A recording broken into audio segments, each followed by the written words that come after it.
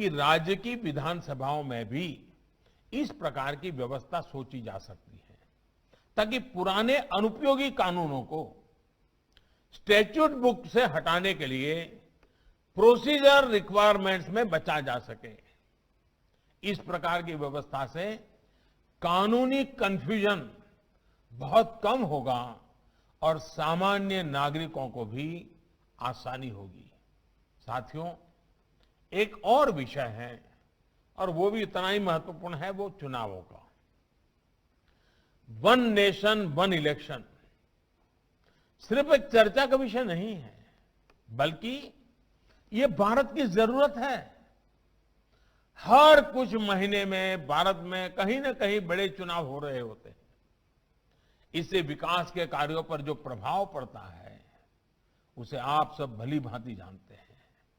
ऐसे में one nation one election पर गहन अध्ययन और मंथन आवश्यक है और इसमें पीठासीन अधिकारी काफी मार्गदर्शन कर सकते हैं, गाइड कर सकते हैं, लीड कर सकते हैं।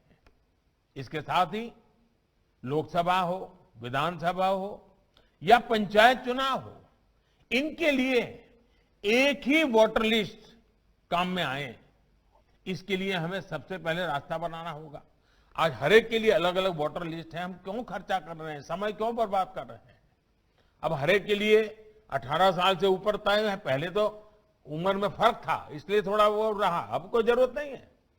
साथियों, डिजिटाइजेशन को लेकर संसद में और कुछ विधानसभाओं में कुछ कोशिशें हुई है, लेकिन अब पूर्ण डिजिटलीकरण करने का समय आ चुका है। अगर आप प्रिसाइडिंग ऑफिसर्स इसमें जुड़े इनिशिएटिव लेंगे तो मुझे विश्वास है कि हमारे विधायक गण, सांसद गण भी तेजी से ये टेक्नोलॉजी को एडॉप्ट कर लेंगे। क्या आजादी के 75 वर्ष को देखते हुए आप इससे जुड़े लक्ष्य तय कर सकते हैं? कोई टारगेट तय करके यहां से जा सकते हैं?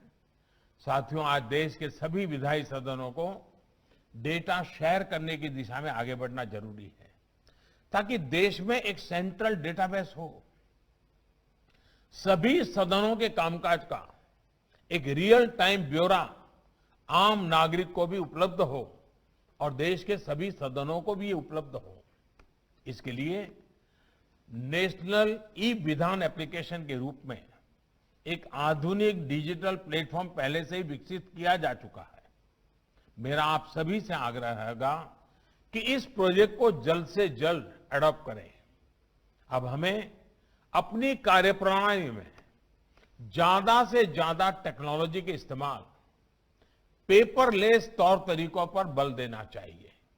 साथियों, देश को संविधान सौंपते समय संविधान सभा इस बात को लेकर एकमत थी कि आने वाले भारत में बहुत सी बातें परंपराओं से भी स्थापित होगी।